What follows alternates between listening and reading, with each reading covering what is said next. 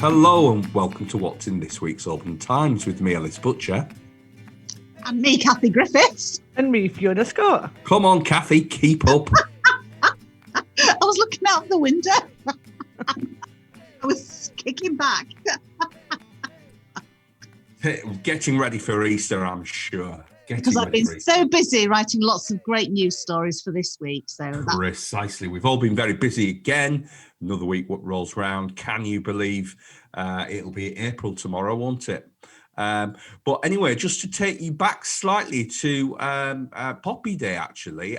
This week I've been speaking to two young pupils at Oban High School, and they've been shortlisted in the final of a national competition by Poppy Scotland. This is such a great idea and such a lovely article to do, actually. I spoke to Victoria Sassano and Ruby Smith, and they're in the running to win £500 worth of Amazon vouchers for the school. What they've done is Poppy Scotland has suffered quite a drop in its funding because, of course, lots of people that would usually sell poppies have had to shield, and a lot of the shops where they would sell poppies have had to be closed. So what they did was they launched this competition to invite school pupils to come up with some fundraising ideas. Ruby and Victoria have come up with one. I don't want to spoil the surprise. Make sure you see the OT. But you know what? Well done, Victoria and Ruby. I spoke to both of their parents last week as well, Caroline and Anna. And it's really heartening to see young people embrace the poppy cause. Kathy, you've been wearing your slippers in the centre of Oban this week, haven't you? Well, almost.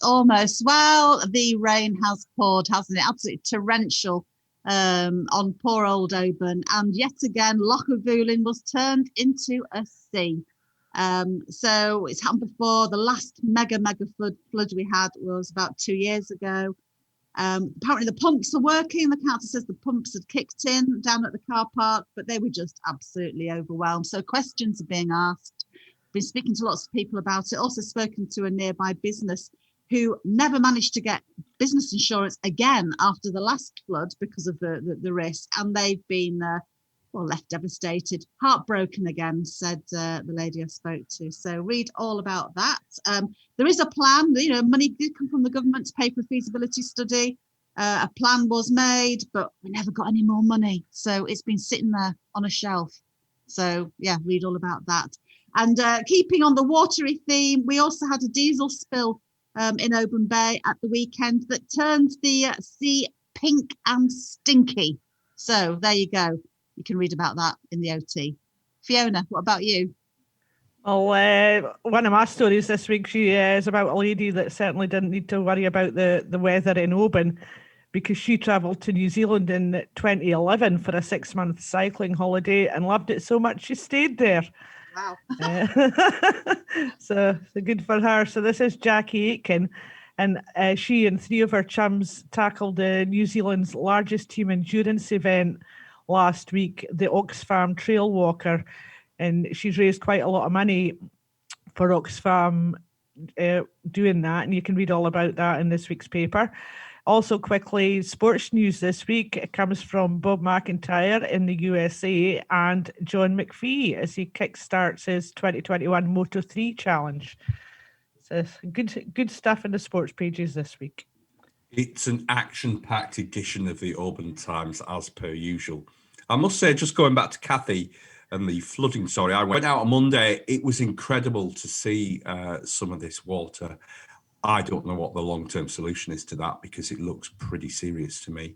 But if you are a business down there on Loch of Ulin that have been caught out by this again, it must be incredibly frustrating to come into work and find a foot of water waiting for you. So that's all we've got time for this week. As ever, don't forget you can read all of our stories online, and we're always happy to hear from you. Stay in touch, tell us your stories, and keep sharing those photos. You can contact us by calling 01631 568 000, or you can email editor@obantimes.co.uk, or you can message us on Facebook, and you can read and pick up a copy of the OT from supermarkets, newsagents and petrol stations. And to get the page-turning digital edition of the Oban Times, you can go online and subscribe now. So that's goodbye from me, Ellis Butcher. Goodbye from me, Kathie Griffiths. And bye from me, Fiona Scott. Bye, folks. Bye. Bye.